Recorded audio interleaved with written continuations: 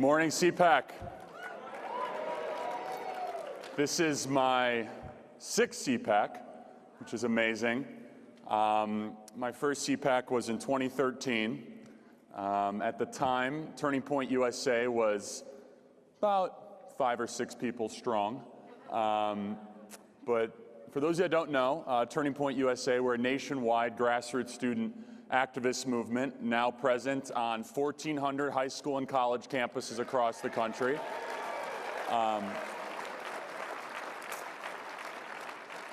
When we're not growing Turning Point USA every single day, I'm traveling the country, speaking on college campuses with the great Candace Owens sometimes. I know she's here somewhere. Where's Candace?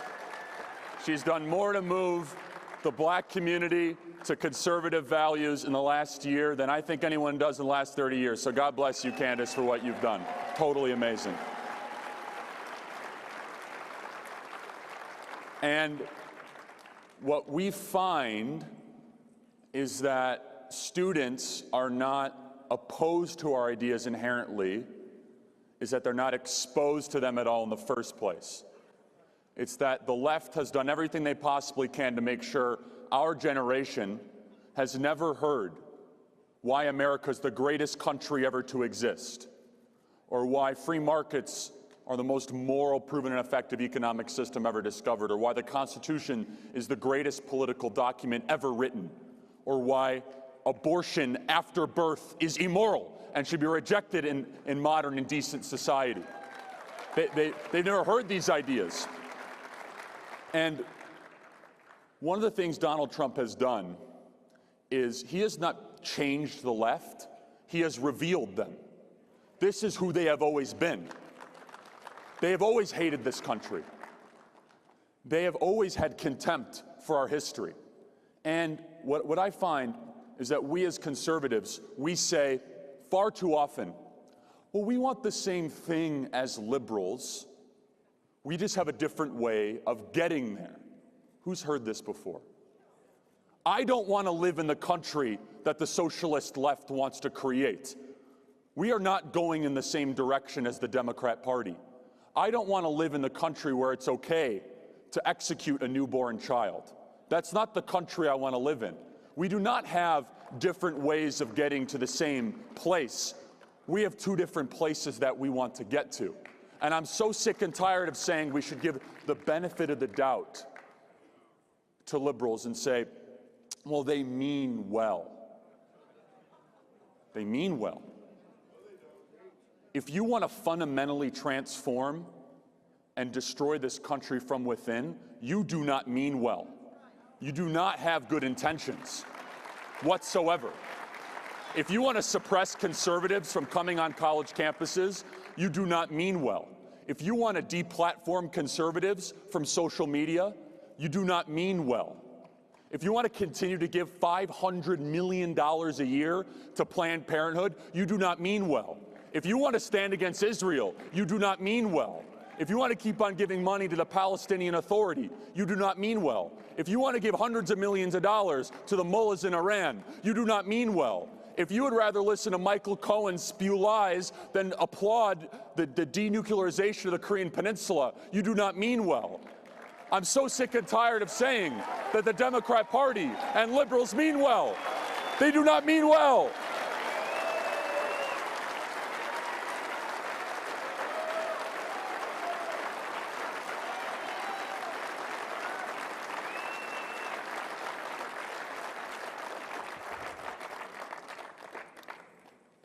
If there's one thing we take away from what this president has taught us, is that when we as a movement fight, we win.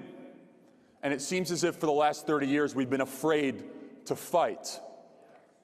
And the one fight that brought us together, because we took note from the president, was the attempted public character assassination of now Justice Brett Kavanaugh.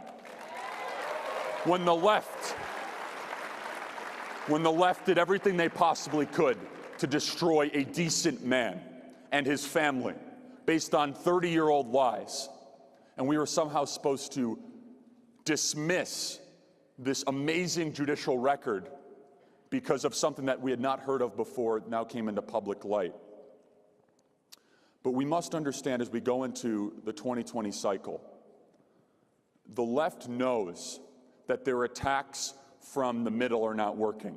They are now going to try to attack Donald Trump from within our own movement. They're going to try to say he did not fulfill his promises. They're going to try to say he is not doing what he said he is going to do. If you want to get love from the left, be a conservative that attacks Donald Trump. If you want to get on the mainstream networks, be a conservative that writes poorly about this president. You want to get published in all the best newspapers, be a conservative that attacks the most conservative president in our generation. Because, and you must understand, those of us that decide to stand and defend this president, it can be very tough. You will get article after article written about you. But if you want to be loved, you want to get invited to the cocktail parties, you want to get all the right compliments on Twitter, then sure, attack the president. But we as a conservative movement should never, ever try to appease the left just to be loved. Ever. Ever. We must do what is right, do what is correct, and stand for truth. This is the most conservative president since Ronald Reagan, if not in American history. And he has done everything he said he is going to do. For years, I came to CPAC and I heard, if only we had someone that stood up against Iran, if only we could move the embassy, if only we could cut corporate taxes, if only we could have more conservatives on the judicial bench, if only we could deregulate the economy, if only we could rebuild our military, if only we had someone that took immigration seriously, if only we had someone that stood for the flag, if only we had someone that finally called out the relationship between big business and big government and big tech. Folks, we have that president, and he's fighting for us every single day.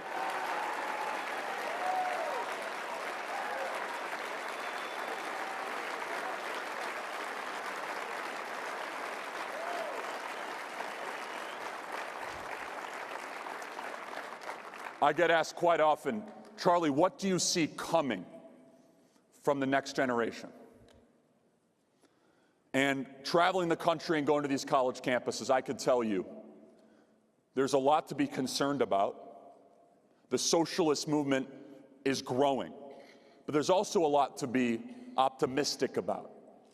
And the conservative movement that I see growing right now is going to be one that understands the left.